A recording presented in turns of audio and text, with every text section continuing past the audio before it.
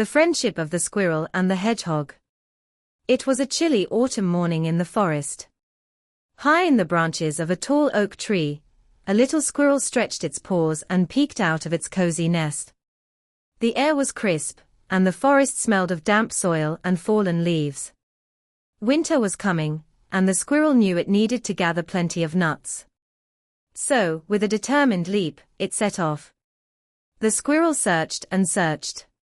It sniffed the tree trunks, dug in the soft earth, and jumped from branch to branch. But the nuts it found were few and small. Its tiny basket was almost empty. The squirrel sighed. "If I don't find more food soon, how will I make it through the winter?" it thought. Feeling worried, it decided to go deeper into the forest, where perhaps no other animals had searched yet. The forest grew quieter as the squirrel walked. The only sound was the crunch of golden leaves under its paws.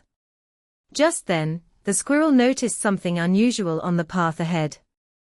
A small hedgehog was walking slowly, carefully balancing a large, shiny red apple on its back. Step by step, the hedgehog moved patiently.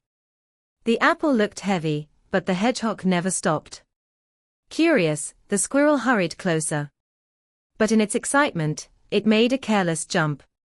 Its paw brushed against the hedgehog's sharp quills. "Ouch!" cried the squirrel, pulling back quickly. It frowned and glared at the hedgehog.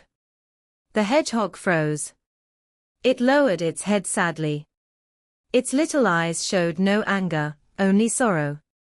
It had never meant to hurt anyone. The squirrel blinked. Looking more carefully, it realized the truth: the quills are not here to harm me. They are here to protect the hedgehog. The squirrel's anger melted away. It stepped closer and said softly, "I'm sorry. I know now you didn't mean to hurt me." The hedgehog lifted its head slowly. "And I'm sorry my quills pricked you," it replied. "Sometimes they scare others, even when I don't want them to." From that moment, they decided to walk together. The squirrel showed the hedgehog where nuts were hidden under piles of leaves. The hedgehog shared juicy bites of its apple. They discovered something wonderful: when they worked together, the forest no longer felt so big or lonely. The squirrel chattered happily, and the hedgehog listened with a smile.